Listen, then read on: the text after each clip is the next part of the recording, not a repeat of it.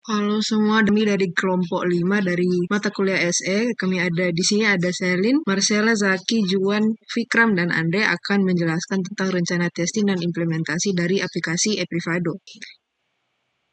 Di sini ada 6 poin yang akan dijelaskan oleh teman-teman saya. Yang pertama ada BPMN. Berikut merupakan BPMN utama atau top levelnya, di mana proses pendaftaran dan pemesanan layanan jasa pada Eprivado mulai dari sistem menampilkan tampilan untuk daftar dan login. Apabila belum terdaftar, maka akan melakukan proses pendaftaran terlebih dahulu.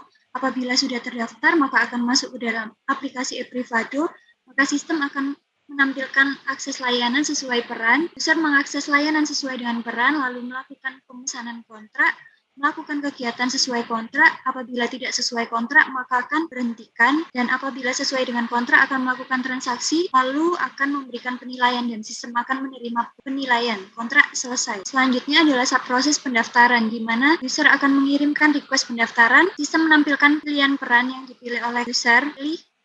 Pilihan peran, pekerja atau klien. Sistem akan menampilkan formulir pendaftaran yang harus diisi. Maka user akan mengisi formulir pendaftaran. Apabila peran yang dipilih adalah pekerja, maka akan mengirimkan berkas yang dibutuhkan terlebih dahulu.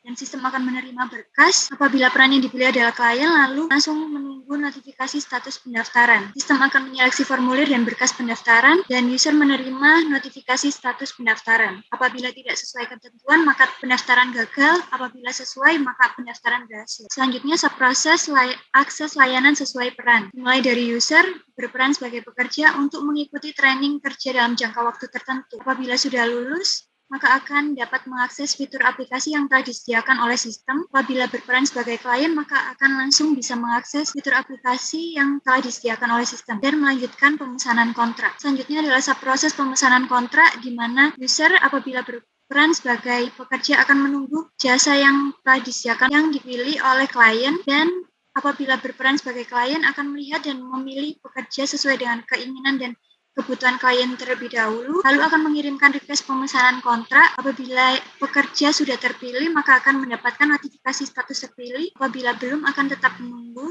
Apabila kontrak diambil, maka akan membuat dan menyesuaikan jadwal kontrak. Apabila tidak, pemesanan kontrak akan diberhentikan. Apabila jadwal kontrak sudah disepakati kedua pihak, maka akan menerima bukti kontrak dan melakukan transaksi kegiatan sesuai kontrak. Yang terakhir adalah proses transaksi, di mana apabila sistem sudah mendekati tanggal gaji, akan memberikan notifikasi untuk segera membayar gaji pekerja. Dan klien akan menerima notifikasi untuk segera membayar gaji pekerja, lalu akan memilih metode pembayaran, melakukan pembayaran gaji sesuai dengan total nominal pada kontrak. Apabila gaji tidak dibayar, maka akan dibatalkan atau diberhentikan dan melakukan tindakan penagihan. Apabila gaji belum dibayar, akan menerima notifikasi untuk membayar gaji. Apabila gaji dibayar, akan mendapatkan notifikasi status transaksi. Dan pekerja akan menunggu hingga mendekati tanggal tiba dan menerima notifikasi penerimaan gaji. Dan transaksi selesai. Selanjutnya ada sistem modeling. Untuk sistem modeling sendiri, untuk use case, di sini ada 2 jenis user, yaitu worker dan klien. Untuk worker baru dan klien baru dapat melakukan registrasi dan menghubungi call center melalui WhatsApp maupun telepon, namun tidak dapat melakukan kegiatan lain dalam aplikasi sebelum registrasi. Untuk worker terdaftar, sistem akan menampilkan daftar penawaran pekerjaan. Selain itu, worker dapat melakukan penyetujuan atau perpanjangan kontrak dengan klien. Worker juga dapat menarik gaji, di mana uang akan dikirimkan ke rekening bank terdaftar. Untuk klien terdaftar, sistem akan menampilkan daftar layanan beserta dengan daftar worker yang terdaftar dan membuka layanan jasa. Klien terdaftar juga dapat melakukan pembayaran gaji ke virtual account dari worker yang sudah bekerja padanya. Klien terdaftar juga dapat memberi komentar terhadap worker dan juga ganti pekerja. Semua ini akan dilakukan dengan autentifikasi sehingga dapat dijalankan dengan valid. Next. Untuk kelas diagram sendiri, di sini ada user dengan atribut ID, nama, umur, status pernikahan, nomor telepon, email yang teragregate dengan layanan dengan atribut ID, nama, deskripsi, dan juga alamat dengan atribut nama jalan, kota atau kabupaten, provinsi, dan negara. Untuk child dari user sendiri di sini ada worker dan client. Untuk worker dan client sendiri teraggregate dengan kontrak ya, yang berisi tanggal mulai, tanggal selesai, dan juga nominal gaji. Untuk worker sendiri di sini untuk worker ada rate dan juga status bekerja, apakah dia sedang bekerja atau sedang tidak bekerja. Selain itu, ada client dengan deskripsi atau syarat kerja untuk para worker yang akan melamar.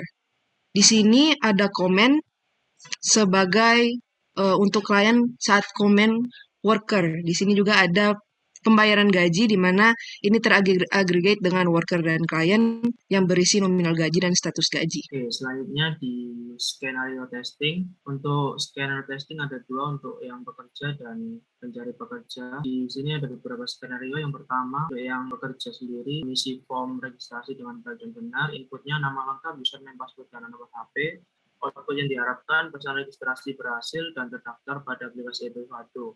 Output yang dihasilkan sesuai kesimpulan tes berhasil. Yang kedua, ada tidak memasukkan bukti scan KTP, inputnya foto scan KTP, output yang diharapkan terdapat pesan error yang muncul pada sistem aplikasi.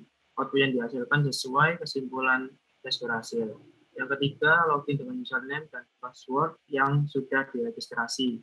Inputnya username dan password, pesan login, output yang diharapkan, pesan login dan masuk aplikasi, output yang dihasilkan sesuai kesimpulan tes berhasil. Yang keempat, login dengan username dan password yang belum diregistrasi.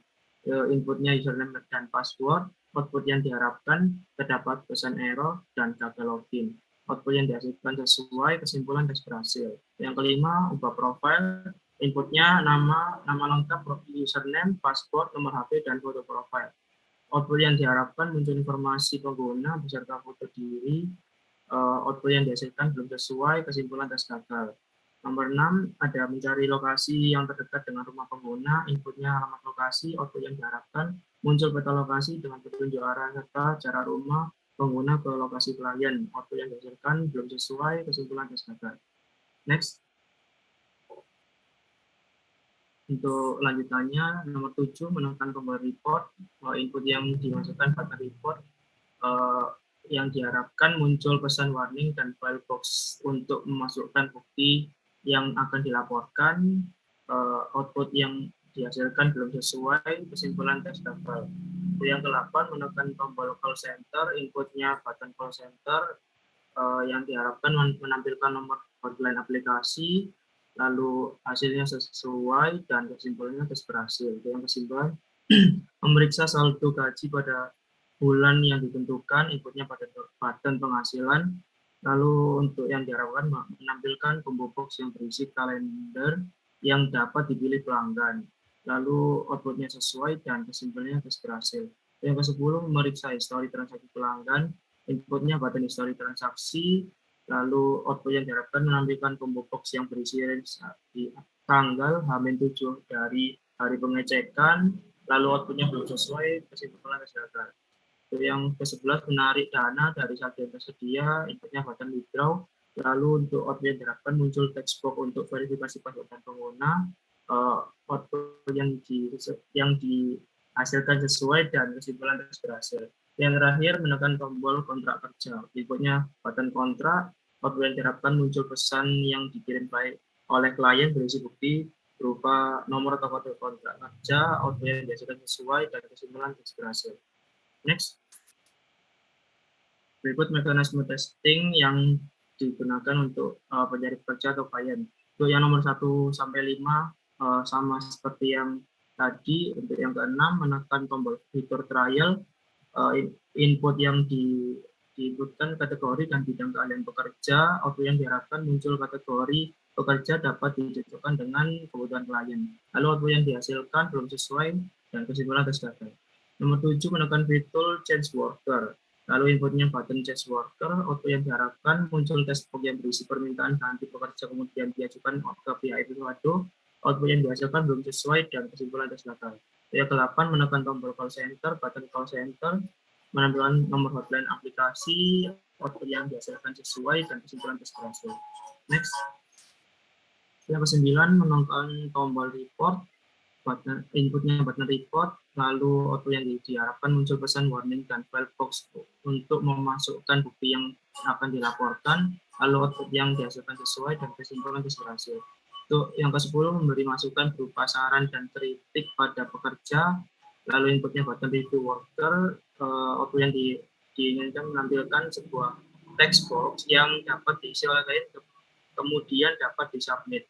Lalu output yang dihasilkan belum sesuai dan kesimpulannya tes gagal. Yang ke-11, mencari kriteria pekerja yang diharapkan oleh klien sesuai dengan keahliannya.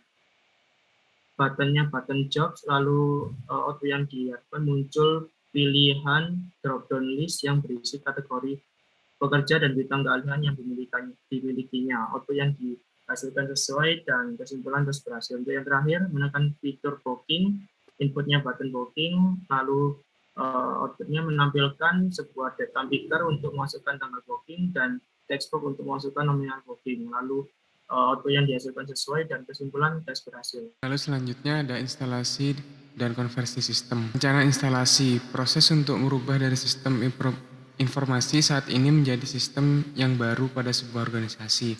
Dimulai dari mendaftarkan akun pekerja pada sistem yang lama ke sistem yang baru.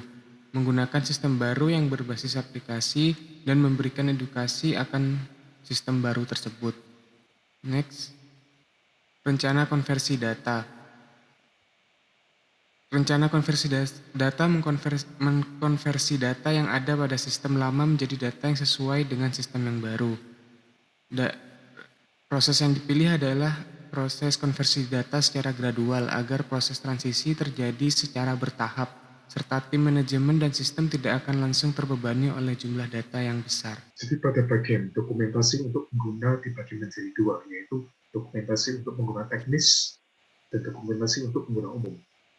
Dokumentasi untuk pengguna teknis ditujukan kepada technical user dan tim pengembang. Dan hasil dari konten dari dokumentasi ini meliputi deskripsi singkat produk, spesifikasi singkat hardware software, target tanggal dan versi rilis, bahasa pemrograman yang digunakan, requirement utama produk, proses dan skrip pengerjaan produk, serta segala file-file termasuk ERP dan dan sebagainya di dalam produk tersebut. Dokumentasi untuk pengguna umum ditujukan kepada end user, kepada konsumen.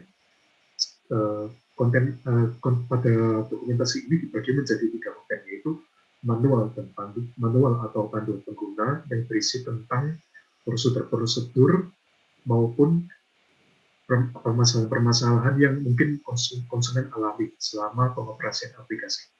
Yang kedua adalah pertanyaan atau FAQ, di mana user dapat menanyakan seputar hal aplikasi kepada layanan konsumen Eprivado jika terdapat kendala. Yang terakhir ada video tutorial aplikasi. Jadi video tutorial aplikasi akan ditampilkan pada awal-awal untuk membantu user mengetahui aplikasi ini apa maupun apa saja fitur-fitur utama dari aplikasi tersebut. Jadi salah satu contoh UI design yaitu adalah seperti yang terlihat pada gambar ini, di mana gambar ini menunjukkan form pendaftaran. Jadi form ini pertama-tama akan diakses dan pengguna bisa memilih antara mendaftar sebagai pencari tenaga kerja maupun mendaftar sebagai orang yang ingin mencari lowongan pekerjaan. Oke, selanjutnya adalah training. Training ini berguna untuk memberikan ilmu dasar kepada para pengguna. Ini terdiri dari 2, yaitu pegawai atau administrator maupun konsumen sebagai pengguna umum, tentang garis besar penggunaan aplikasi beserta fitur-fiturnya. Dengan diadanya pelatihan-pelatihan di bawah ini diharapkan dapat membantu para pengguna dalam menggunakan aplikasi tersebut dengan mudah. Oke, di sini ada pelatihan administrator. Yang pertama ada tutorial aplikasi. Tutorial aplikasi itu berguna untuk pelatihan perorangan untuk para pegawai mengawasi aplikasi, bisa menggunakan video tutorial atau paper based. Selanjutnya ada kursus transaksi, pelatihan beberapa orang untuk para pegawai perihal kontrak konsumen. Yang ketiga ada computer aided transaction, ini latihan perorangan melalui sistem komputer. Yang keempat ada petunjuk pelatihan interaktif, merupakan kombinasi antara tutorial dan computer aided transaction instruction. Yang kelima ada computer help perangkat lunak, komponen terpadu dalam sistem untuk pelatihan troubleshooting sistem tersebut. Yang keenam ada sumber lain, yaitu merupakan vendor, penyedia jasa latihan, kursus, dan bentuk-bentuk pelatihan lain. Selanjutnya ada pelatihan pengguna umum. Yang pertama adalah tutorial aplikasi. Ini pelatihan perorangan untuk para konsumen menggunakan aplikasi, bisa menggunakan tutorial di dalam aplikasi. Yang kedua adalah tutorial transaksi, pelatihan perorangan untuk para konsumen perihal kontrak aplikasi. Yang ketiga ada kursus manner, pelatihan beberapa orang untuk para pekerja. Yang keempat ada computer aided instruction, pelatihan perorangan melalui sistem komputer. Yang kelima ada petunjuk pelatihan interaktif, kombinasi antara tutorial dan computer aided instruction. Yang keenam ada tenaga ahli khusus, tenaga ahli yang siap dipanggil setiap dibutuhkan oleh konsumen. Yang terakhir ada sumber lain, sama seperti sebelumnya. Sekian dari presentasi kami. Mohon maaf bila ada salah kata. Terima kasih.